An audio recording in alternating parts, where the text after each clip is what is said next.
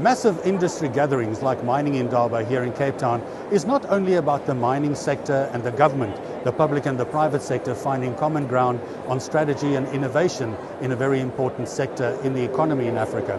It's also about companies applying innovation, strategic thinking and specialist services. One of those is Enaex, one of the big and largest explosive companies in the world, originally from Chile, but these days operating out of Enaex Africa. And I caught up with their CEO and Vice President, Mr.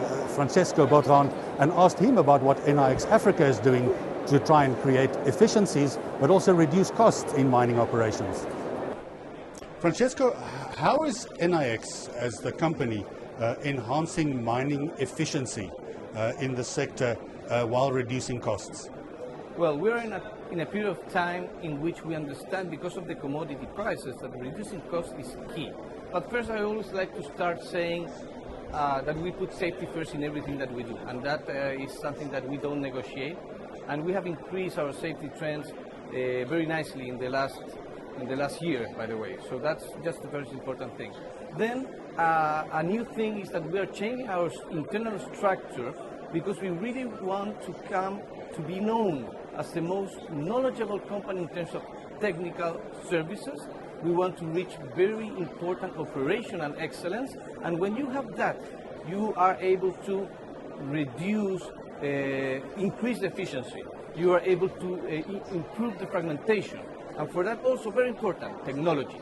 So we are putting artificial intelligence in our systems.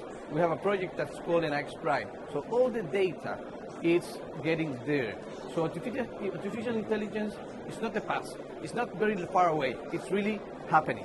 We have also teleoperated operations which are relevant, but we are really moving to automation and artificial intelligence.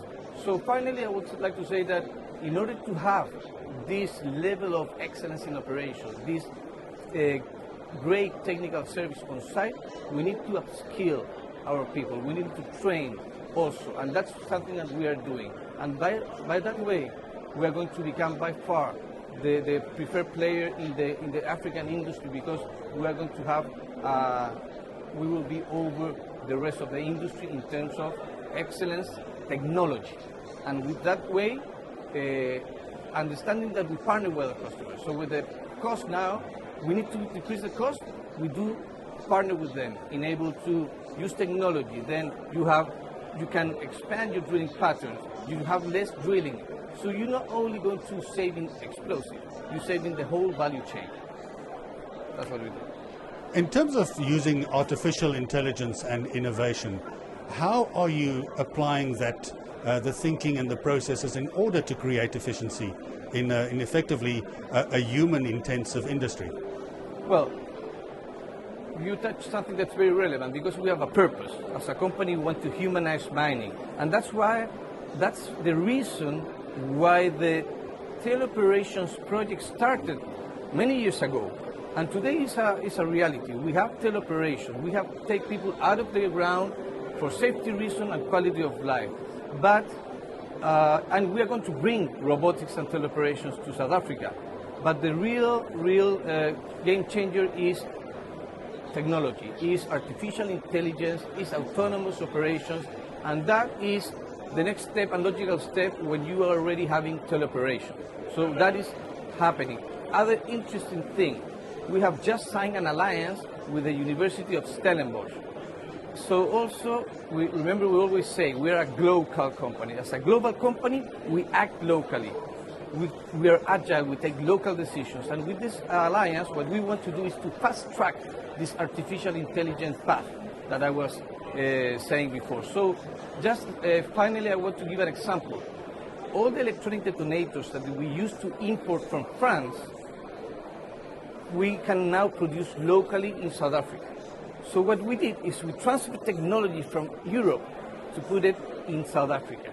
And also that increased the security of supply for the customers, because we are producing locally. And regarding security of supply, we have also increased our capacity of storage of ammonium nitrate, the most important raw material, by 70%. So the reliability as a supplier that we have got Now, it's very, very important, and we are very happy with these new achievements, by the way. Francisco, what opportunities have Enaex embraced to create or to answer the challenges from the communities that are operated in mining? Well, when we talk about our value, is our priority is life. Interesting thing is it includes safety, includes environment, but life also includes communities. Okay, so this is very related to our first and most important value. And then we have always had this approach with communities in terms of where we operate, we engage and collaborate with communities. Where our customers have their mining sites, we have most of our people working there. We have most of our people working in those sites. So we also collaborate with our customers, work together in order to contribute to the communities where they operate, where our customers are. But we have also a last approach, what we call going beyond CSR. We believe that early childhood education is key to impact the life of the people at that stage, because that might help a lot to the kids to be able to read and then to be a professional one day. So we already had changed the infrastructure in a poor village in Limpopo, new early childhood center with upskilling the teachers. They have technology, they have computers, and we have identified a second project in the Eastern Cape, right? So for us, the concept of developing the people is very relevant. Also, gender equality, very relevant. Second, finally, we are a level 2 in terms of BBB. To get that, you need to be able to develop your people, promote them fairly. And most of them are young professionals or black people, so that has also helped our BBB scorecard. Because at Enaex, we really want to change and impact life of people. And then finally, what does the future hold for Enaex Africa? What do you see as the most important issues and strategies that you'll be embarking on in the near future? Well, I think we need to continue embracing innovation and technology. That is key. We also want to be a sustainable business. So when you talk about sustainability, it means that you have to look after the environment. We have interesting projects in that sense. In Chile, particularly, we have a project of producing green ammonia.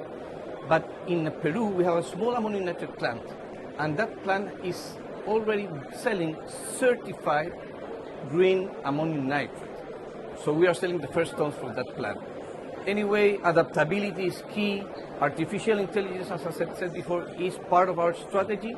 But for that, we always think if we put all that together, there's a big chances that we can get to our goal, that is to become the leaders, not only in the Southern Africa, also in the African continent as Enaex Africa. Francisco, thank you very much for joining us here on Mining Indaba on Business Day Television, and best of luck for your ventures here at Mining Indaba and engaging with the South African and African mining sector, which I'm sure is very keen to do business and find out about your innovative solutions. Thank you, Gary. It's a pleasure to be with you again. Bye.